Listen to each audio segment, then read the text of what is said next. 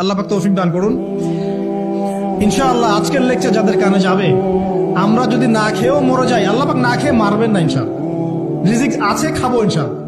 কিন্তু হয়তো বা অভাব হবে, টাকা পয়সা একটু কম হতে পারে, অন্যের 10 তলা ফ্ল্যাট হবে, আমার হবে না, ঠিক আছে, অন্যের এত বিঘা বিঘা জমি আমার হয়তো হবে না, কিন্তু ইনশাআল্লাহ তাআলা এই যে দুনিয়ার মুসাফিরের জীবনটা, এটা মুসাফিরের জীবন না, মুসাফিরের জীবনটা কেটেই যাবে ইনশাআল্লাহ। কাটবে না, যে কোনো ভাবে কেটে তো যাবেই ইনশাআল্লাহ। এই যে পরকালের জীবনটা একটা চেতনার শক্তি, জানেন, দুনিয়াতে যত বাধা বিপত্তি আসুক, গাল মন্দ খান, গীবত তহমত খান, কষ্ট হোক, নির্যাতন হোক, একটা বিষয় মনের মধ্যে শান্তি দেয়। কি শান্তি? যে এই দুনিয়ার জীবনটা তো আর চিরস্থায়ী নয়, এটা তো আর সারা জীবন থাকবে না। ইনশাআল্লাহ এই অবস্থা আস্তে আস্তে পরিবর্তন হয়ে যাবে। ফাইন্না মাআল উসরি ইউসরা, পরকালে ইনশাআল্লাহ পাবো, দুনিয়াতে না পেলে কি হয়েছে, পরকালে পাবো ইনশাআল্লাহ।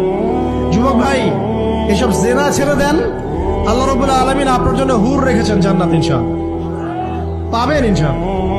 এটা ছেড়ে দেন, সুদ ছেড়ে দেন, আল্লাহ পাক আপনার জন্য হাউজে কাউসার রাখছে ইনশাআল্লাহ, ঠিক আছে। অন্যায় পাপ ছেড়ে দেন, আল্লাহ রাব্বুল আলামিন আপনার জন্য জান্নাত রেডি করে রাখছে ইনশাআল্লাহ। এই দুনিয়ার জীবনটা ধোঁকা, একটা ছোট্ট জীবন, পুরা ধোঁকা, কিচ্ছু নাই এর মধ্যে। আমার কথা শোনেন, এই দুনিয়ার জীবনে কিছুই নাই।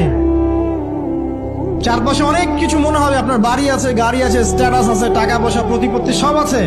আদতে আপনি একা, আদতে আপনাকে একাই কবরে যাওয়া লাগবে, একাই আল্লাহর সাথে হিসেব নিকাশ দিতে হবে। কেউ নাই সাথে, আমারও সাথে কেউ নাই। কিন্তু আপনি মনে করছেন যে সেলিব্রিটিজম বড়, আমি পলিটিক্যাল নেতা হয়েছি, আমাকে সবাই চেনে, আমি ইকোনমিক সেক্টরে লিড দেই, রাষ্ট্রকে লিড দেই, আমি ধর্মতাত্ত্বিক ক্ষেত্রে লিড দেই, আমাকে দেখলে মানুষ বাহবা দেয়, ইত্যাদি ইত্যাদি। দিন শেষে আমি একা, আপনিও একাই, আমাকেও একাই যেতে হবে, আপনাকেও একাই যেতে হবে। এগুলো সব চারপাশের খালি অন্ধ মোহ, আর কিচ্ছু না।